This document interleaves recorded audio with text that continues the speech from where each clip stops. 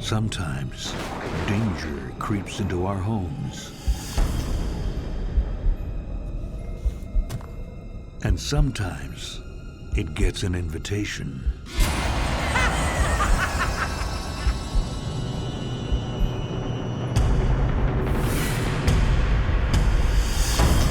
For John Aegerter, death came knocking.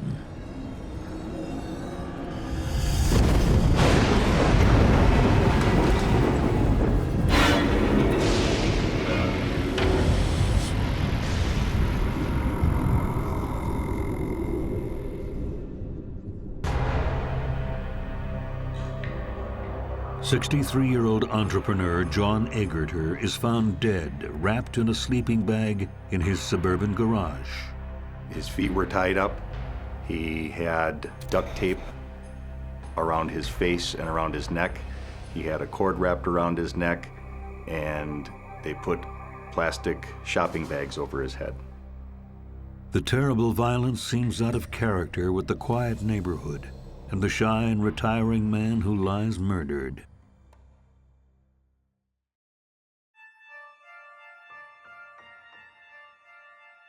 John Aegerter owns a thriving communications tower business, AirPage Corp in Milwaukee, Wisconsin.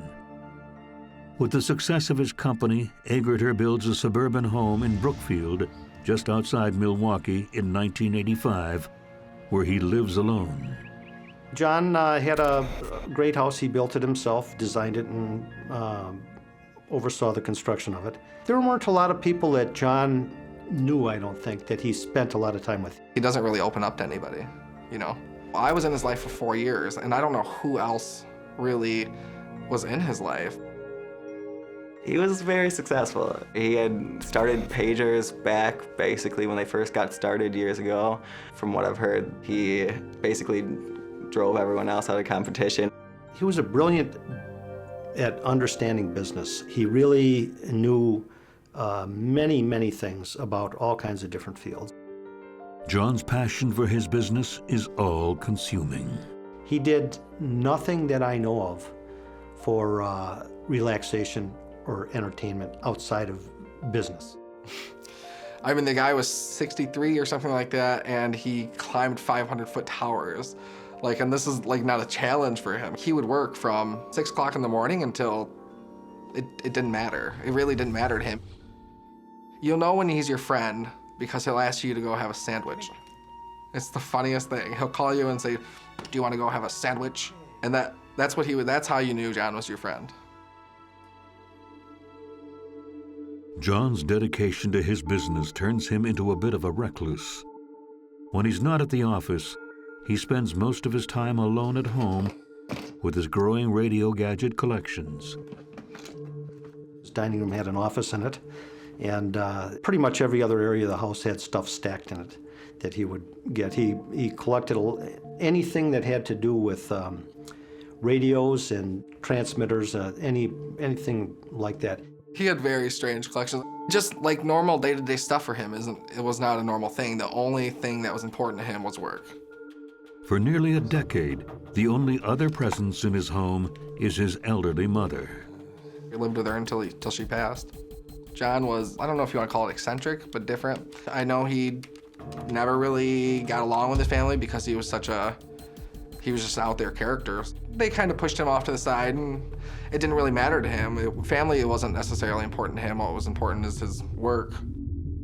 After the death of his mother, the empty rooms in the house become a dumping ground. When his mother was alive, the downstairs was neat, and the other areas were all piled with stuff. But when she passed away, he didn't use the living room for anything other than, just piling stuff in. A bit of a hoarder in that sense. Even though he's wealthy, John hates to throw anything out. He would wear holey shirts and holey pants and literally shoes they'd be falling apart. John had a lot of interesting things, like just piles and piles. There'd be a box with a hole in it, and I'd be like, well, let's get rid of this one. He would just never let me get rid of it. John had a wallet, and his money would fall through it He had a brand new one sitting at home in his drawer. I was like, John, get your new wallet. You know, like you have this old wallet that's falling apart, get your new wallet. And he would just, this one's fine for now. He's just the way he is. I would definitely say he was a hoarder more than just a collector. I mean, because it was garbage to me, treasure to him, but still, in my opinion, I would call it a hoarder. He's just a frugal guy. He doesn't like to spend a lot of money. His collections, his hoard, have now become his only company. No one really knows why he has so much stuff or what he intends to do with it. John often goes long stretches without seeing people and rarely lets anyone into his home. John would make sure that if he was going to let you in his house, that he would know you. You would definitely have to know him, and he would have to have a relationship with you somehow. John, was very protective and also paranoid, I guess you could say. He had locks on his doors. I know he had guns. I know he was a protective person. But he makes one exception. God, that must be worth $500,000 right there. In 1997, John learns that his old college friend Al Haney, who lives in the neighboring town of Berlin, is struggling to find work. Get a job for sure. John hasn't seen Al for over 20 years since his deployment to Vietnam and is excited to be reacquainted with an old friend, a rare thing for him. How you doing, He invites Al and his wife Lynn, who he has never met, into his life and home. You must be Lynn. I am. Hi. Nice John. to meet you. Good to meet you. Take your coats off. Al had gone to school with John, and he had lost contact with him for quite a while. So this is the living He room. knew of a lot of people and had interactions with a lot of people. But Al was the only person I knew of that went back to his school days. Come on down. Sure is big. Al lost his job at one of the radio stations, and he just needed some work, and John knew him and wanted to try and help out. Al has come back from the Vietnam War, a changed man. John had commented a number of times that Al went to Vietnam, and when he came back, he was a much quieter and withdrawn person than he was when he was in school with him. I know that he was a true bona fide war hero in Vietnam. He won a bronze or a gold star, I'm not sure which, but, and that too forever changed him. Suffered PTSD in a significant way. How it changed him is that he became emotionally unavailable, I guess. The best way I can describe it is he became a shell of who he was before he went. He was a very unemotional, after the war, a very unemotional person. Just very quiet, introspective, very, very intelligent. Very intelligent man, very well read, very well educated, but uncomfortable in social settings. How good are you going? I think John and Al were, to coin a phrase, cut from the same cloth. I think they were both reclusive in their own ways, lacked social graces with people they didn't know. And tiptoed around and never really made too much of a commotion after he went to war. He was just not the same person anymore that he used to be. These radios here are collector's items, you know? Inside the house, Al and Lynn are surprised by the sheer amount of stuff John has. He had old radios, antique radios and things like that, and they would be on a pile of 12 other things. He had tons of electronics, old stuff, new stuff. I mean, I don't even know what any of it was. Just electronics laying all over the kitchen table, all over the living room. Sorry. Be careful with that stuff. Sorry. John is pleased to be able to help out an old friend. Thinking about, look, we got a position that's opened up. You know, with this new expansion coming on, we're going to need somebody with your capabilities in logistics. You're good at John this. actually had a big heart when it came to people he knew. He would constantly act like the bulldog and, bark and make all these comments. But the reality was, if he knew you and you needed a hand, he would give you a hand. And I think the same was with Al. He just perceived him as needing a hand. Monday morning? While John has been focused on his work, Al's #1 priority is keeping his wife happy. They were happily married, had a nice home. Al had a good job. He allowed Lynn to do whatever she wanted. She didn't work even though she had gone to college to become a registered nurse. After returning from Vietnam, Al meets Lynn in 1978, saving her from her dysfunctional family. She wanted out of her house. She had a lot of step siblings. There was a lot of drama. And Al set her up in an apartment. She lived on her own up until about a year and a half before they got married. And then they lived together. And in fact, they got married in the backyard of their home. For Lynn, comedy was an escape from a troubled childhood. She always wanted to be a comedian, and she enjoyed making people laugh. She always wanted to be noticed. So whatever it would take for her to be noticed, she would pretty much do. After she was done going to UW-Milwaukee for nursing, she went to clown school. And she would go to people's homes that were having like parties for their kids or whatever.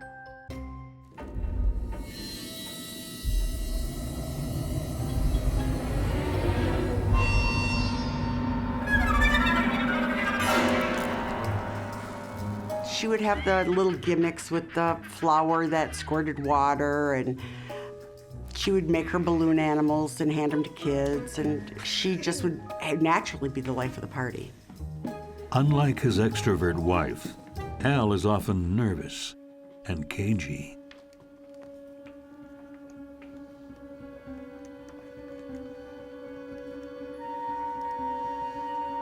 Hello?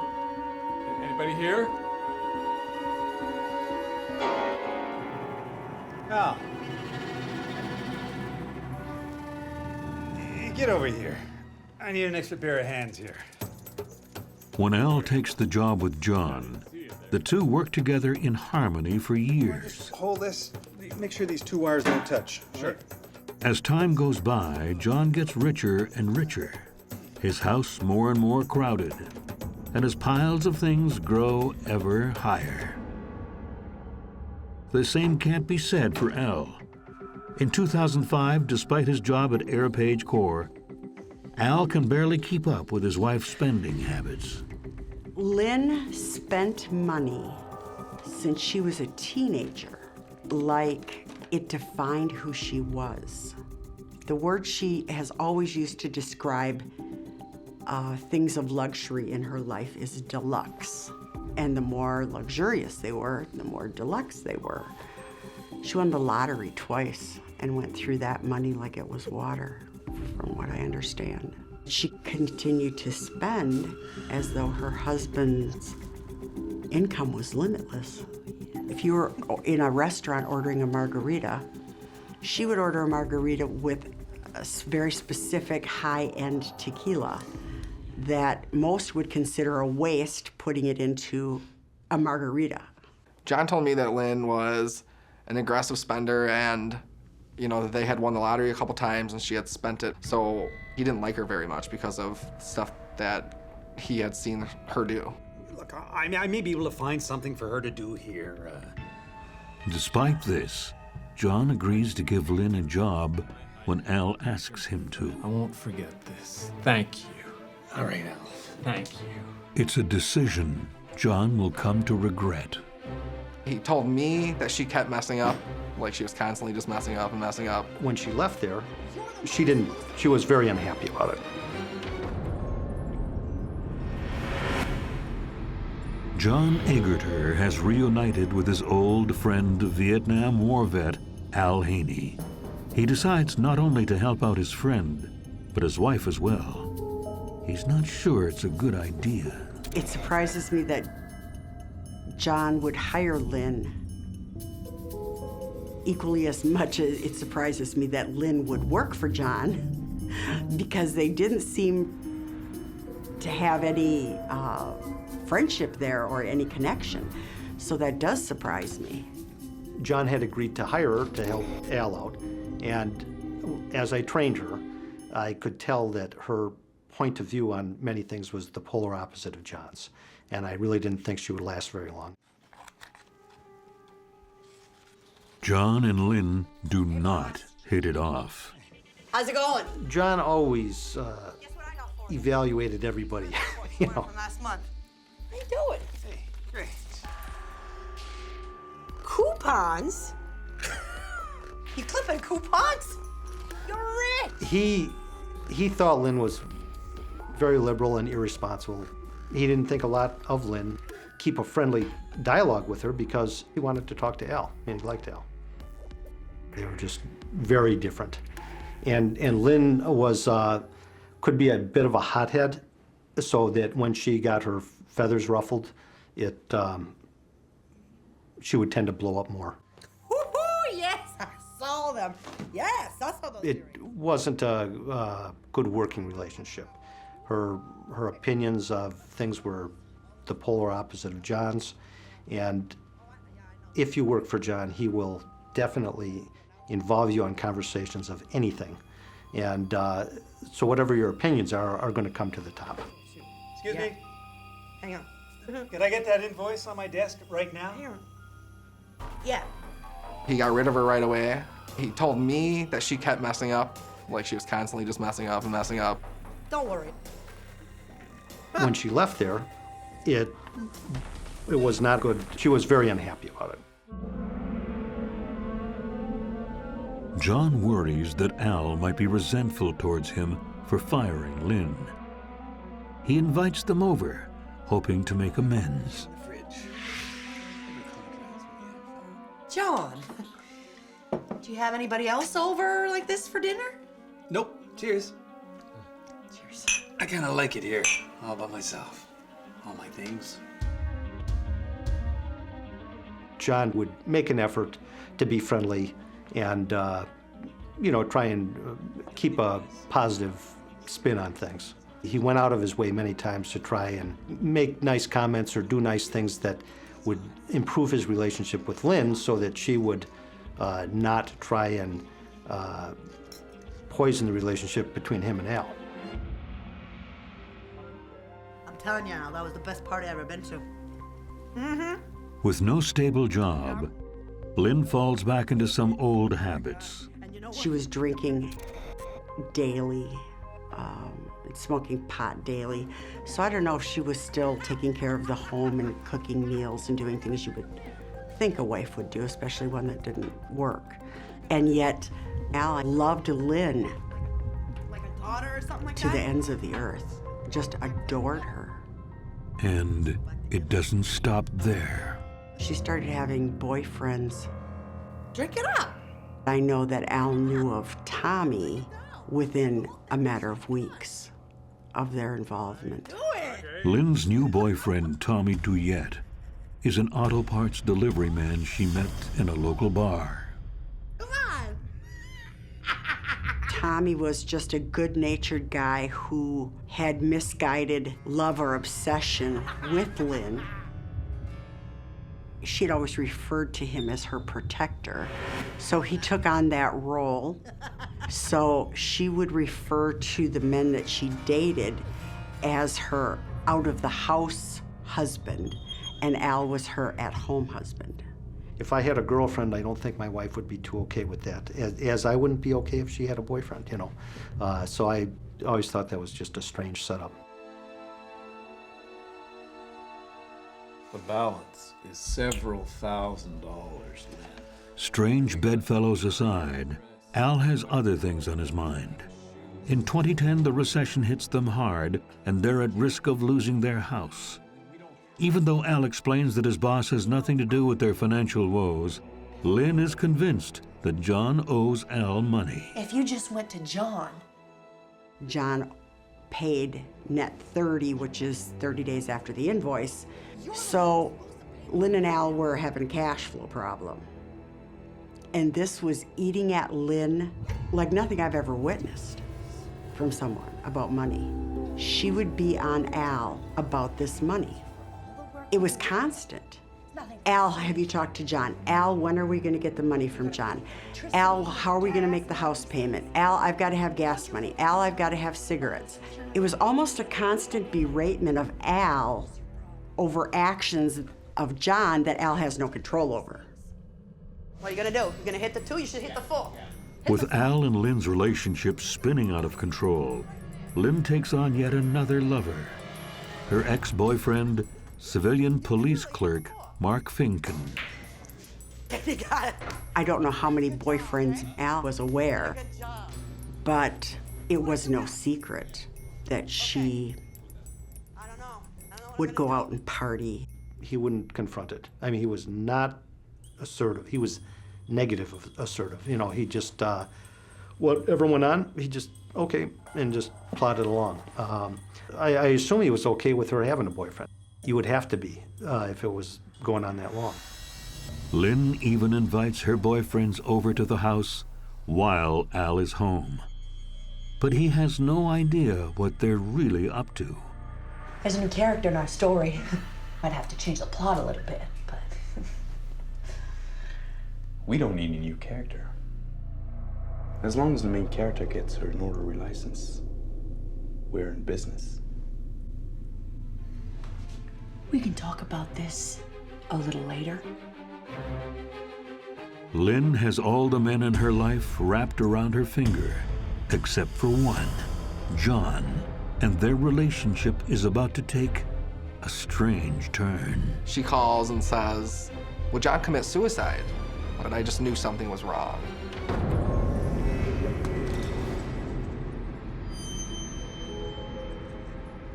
Lynn Haney has a growing entourage of men at her beck and call, but she's been less successful in winning over her husband's boss, John Aegerter. In the spring of 2011, John receives an unexpected visitor. Lynn, Lynn.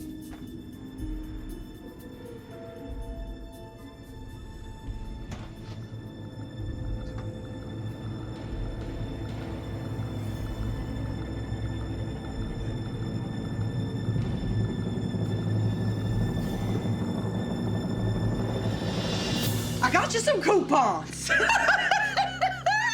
I got you. She brings coupons as a peace offering. I like those so much.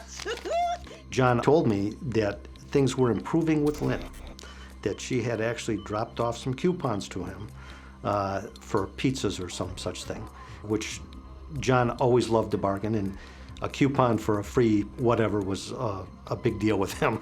And that he felt that, gee, she was maybe coming around, that she had actually, you know, gone out of her way to help John out. So, I hear you're thinking of moving to Las Vegas. She also asks John about his future. He did talk about buying a house sooner or later. He hates tax. So he was gonna move to Nevada where there's no tax. Hey, everybody! Gather round! Guess what I brought? Over the next few months, Lynn drops by John's office with fresh baked goods for his employees.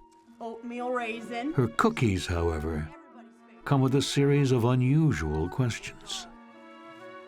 She came in with some cookies for us, and we're like, okay, this is strange. She started talking to us like she was kind of an old friend. She was asking, does John even sleep? And I was like, well, as far as I know, he doesn't sleep very much. But I was like, he told me he only needs like 3 or 4 hours of sleep a night. I just thought I was just talking about John, because John's an interesting character. Lynn also, for the first time, extends an invitation to Joe. She had invited me to go to their house. I don't even know these people. They have an in-ground pool. They're gonna have a little party get together. And she stayed for probably 45 minutes to an hour and then just left. The visit is followed by a bizarre phone call several days later. She calls and says, hey, what's going on with John? And then she was like, well, he owes Al money. And I said, well, there's nothing I can do about that. I don't know. But then she also asked me, she's like, well, can I ask you a question? And I was like, well, sure. She's like, would John commit suicide? And I said, well, John would never commit suicide. I said, he's a Christian. He would never commit suicide. I was like, he believes that would put him in hell. He would never commit suicide. And she was like, oh, well, just call John for me and see what's going on. And that was literally the end of the conversation. But party plans are soon put on hold. On June 21st, 2011, a powerful storm hits Milwaukee. John Aegerter is, as usual, alone at home in his big cluttered house. He's watching the weather. He's right to worry. That night, one of his communications towers loses power. We had a lot of thunder and lightning storms that night. A lot of heavy rain. I lost power in my own house, which is very unusual because we have underground wiring. So it was a big stormy night. Hey, Rob. Yes, John. Listen, we just lost Menomonee Falls. Yeah, the transmission tower's down. Yeah, we gotta be there tomorrow morning at 6. Yeah, you get a crew together? Okay, I'll pick up the truck and... listen, there's something going on in the garage. I gotta go. I'll see you tomorrow morning. But he won't make it till tomorrow. There's another kind of storm brewing, and John Aegerter is directly in its path. It just kind of takes the breath out of you. He had a cord wrapped around his neck, and they put plastic shopping bags over his head.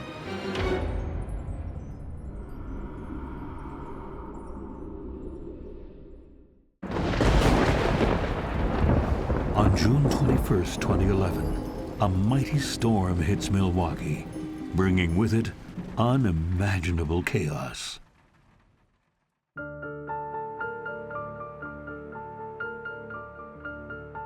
It was definitely a pretty big storm. I woke up the next morning and stretched and went to work. Usually John would always call me right when I basically got into the office, right around 9 o'clock. Hey, John. Oh, hey, Robert. What do you mean you didn't show? One of Jeremy's colleagues calls in looking for John. Robert was calling because John was supposed to be at one of the towers and he had not shown up. So he was concerned because he hadn't heard anything from him, and John was never ever late or missed any sort of business, anything. So it was strange. Hey, John, it's Jeremy. Just wondering where you are. So I tried calling him immediately and didn't get a response for a minute or whatever, 2 that I waited for, and decided to go check it out. And so I drove over to John's house.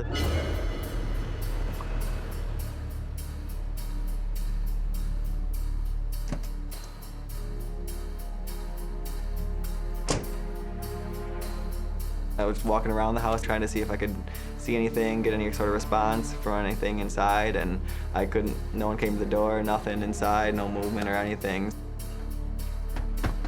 So I called the cops and waited at the house.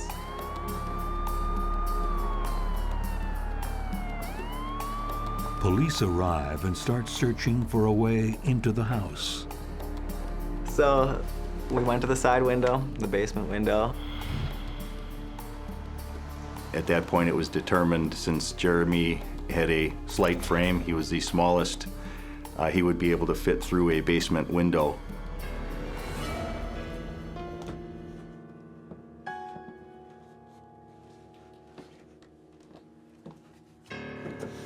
So I went inside and fell right away because I'd never been inside there, and the basement is just full of boxes and stuff, just like the office, just stuff strewn everywhere. And just complete darkness. And tried to open the front door and noticed that the front door has no lock from the inside, you can only unlock it with a key on the inside as well as the outside. And I was trying to open the door, realized I couldn't. Jeremy begins to panic when he realizes that he's locked in the house. It's getting a little creepier now because you realize you're locked in from the inside. It's a creepy feeling. Like things start to close in on you a little more and you start to think about different ways to get out and what could be happening.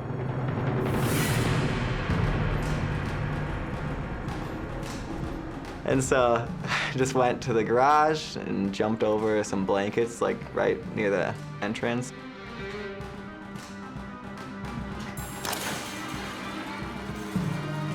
Jeremy finally opens the garage door.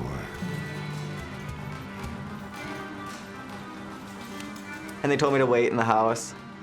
So I was feeling a little better, like maybe it's all right, maybe something's okay, like maybe he's just not here. And then, like a few seconds after that, I heard his beeper going off, and his beeper was never far from him.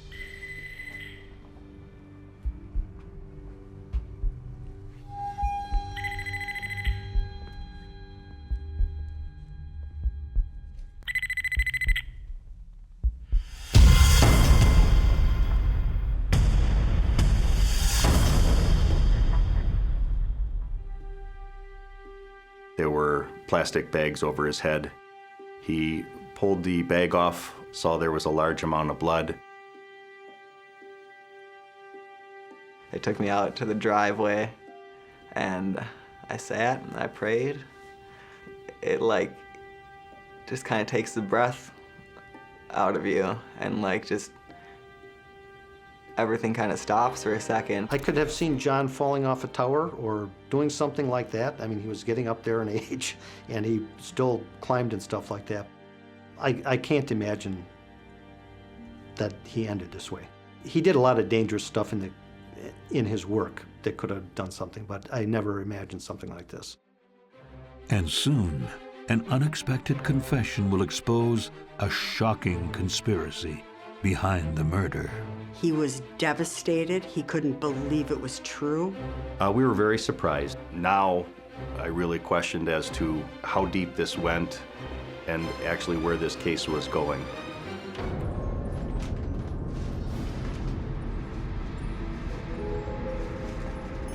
Milwaukee businessman John Aegerter is found strangled by an extension cord in his own garage.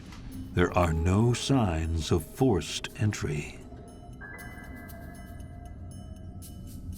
John was extremely cautious about who he would let in the house. If he didn't know you were coming, he probably wouldn't answer the door.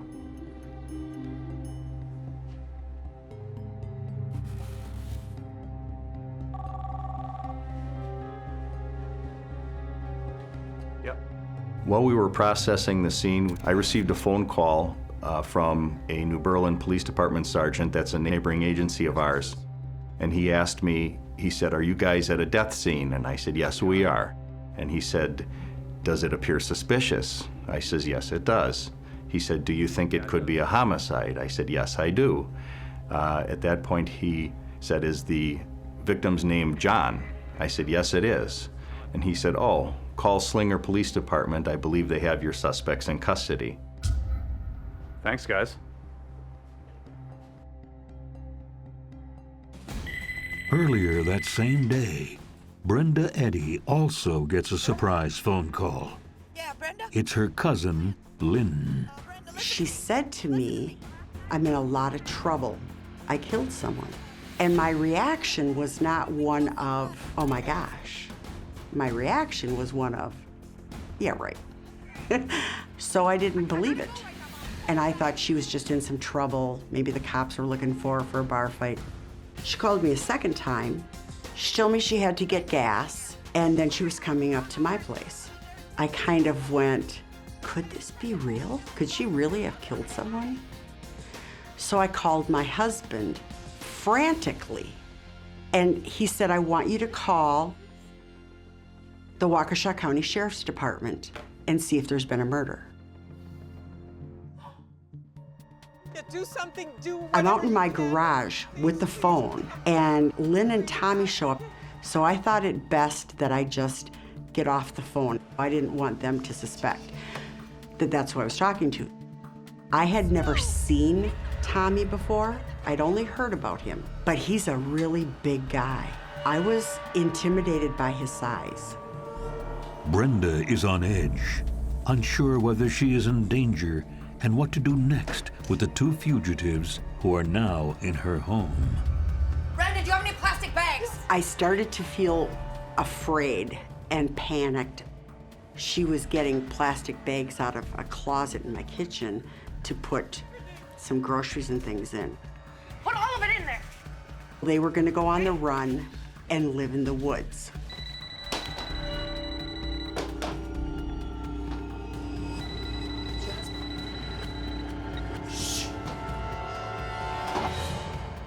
Hello, honey. Yeah.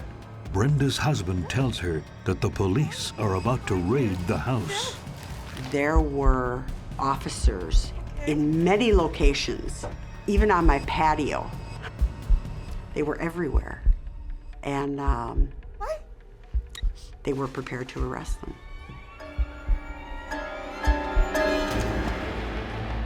Get down on your knees! Get down on your knees! They told Tommy to get down on the floor. They kind of slammed him into my table. And Lynn is standing there, and they're telling her to get down.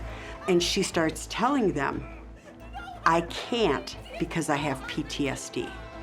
In all the years I've known Lynn, never has she ever talked to me about her having PTSD.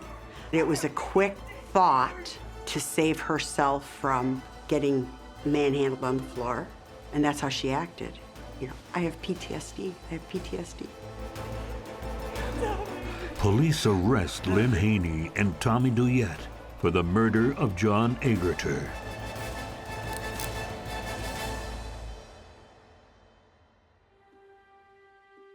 Al is in shock when he finds out his wife has been charged with the crime. He was devastated. He couldn't believe it was true. And because John and he were such good friends, his initial reaction was, I'm done with her. Lynn's boyfriend and partner in crime, Tommy, learns that Lynn, while in custody, is trying to pin John's death on him only. Tommy decides to tell the police the truth, and it turns out to be much more than they bargained for. Tommy tells them that Lynn is the mastermind behind the crime. He claims that he no longer wanted to take part in her plan when she manipulated him into committing the murder. And it wasn't supposed to happen that night.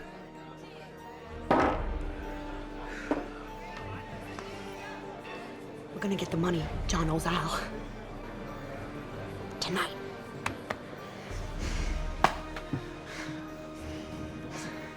Tonight.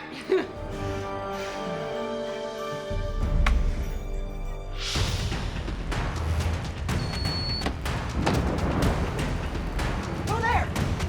Stay there!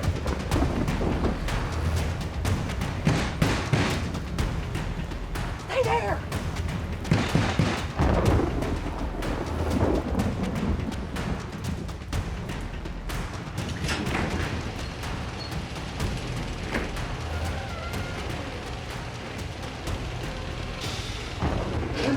What are you doing? Everything okay? Yeah. Where's Al? Where's the money you owe Al? What money? Where's the money you owe Al? I don't know Al. I need You owe money. $5,000! Where is it? Lynn! Where is it? Lynn! Oh! No! He hit me! Oh, no! Ah!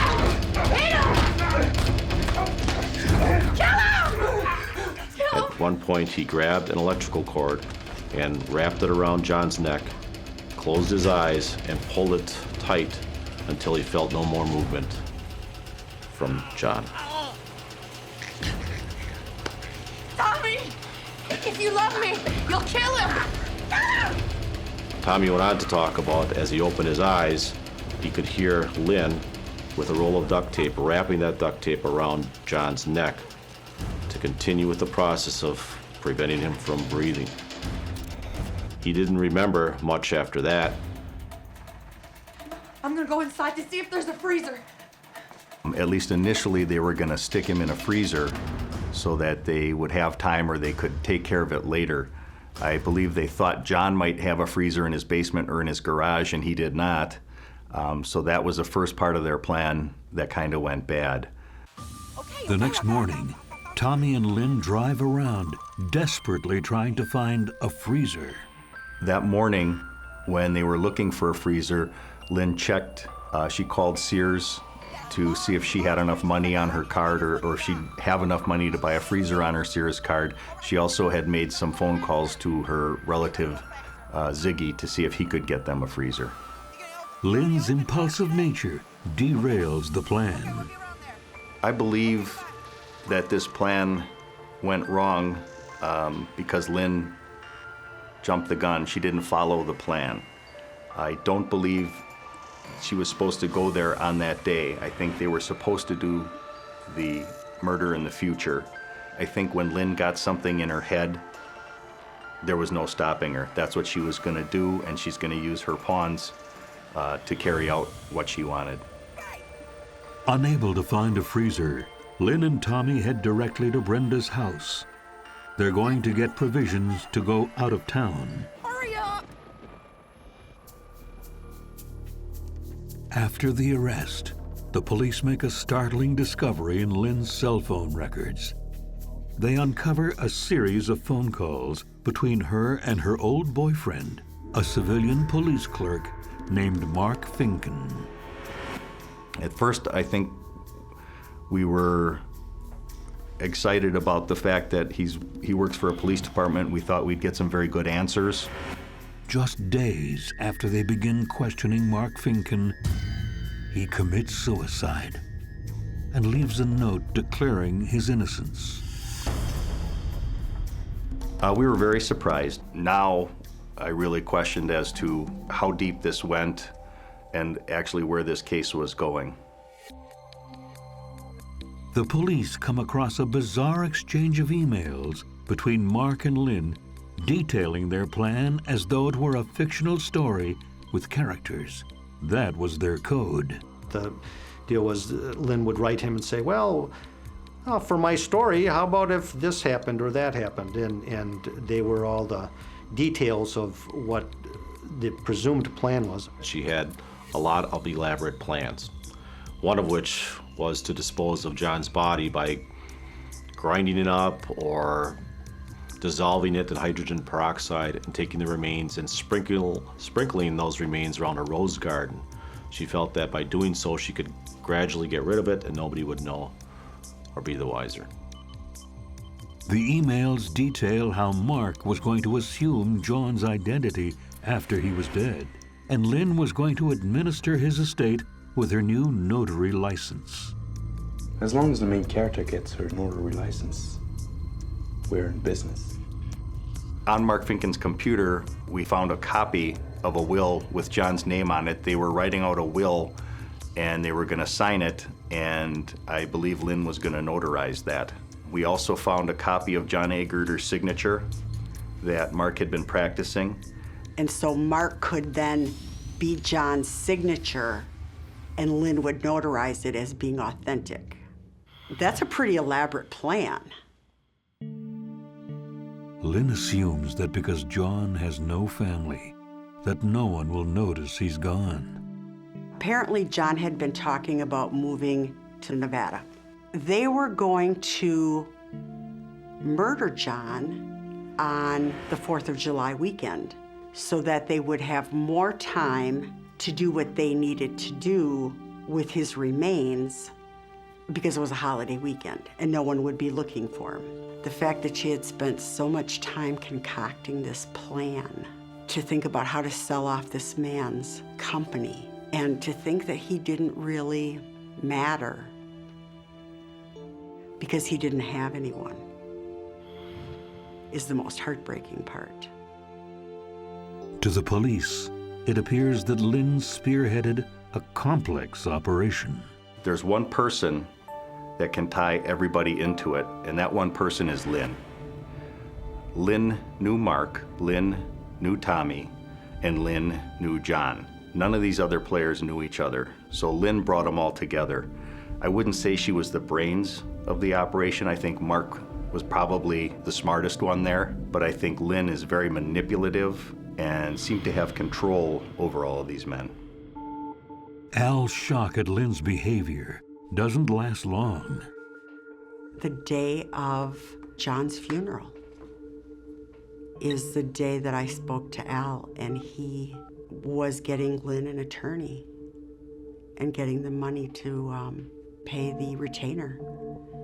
And not only for her, but for Tommy as well.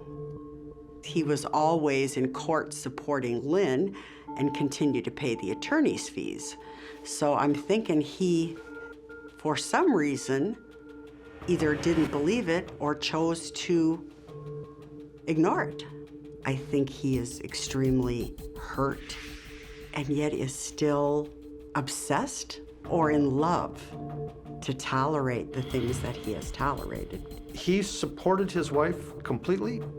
I mean, in the sense of trying to help her with any kind of lawyers he could or anything like that. And he stood with her.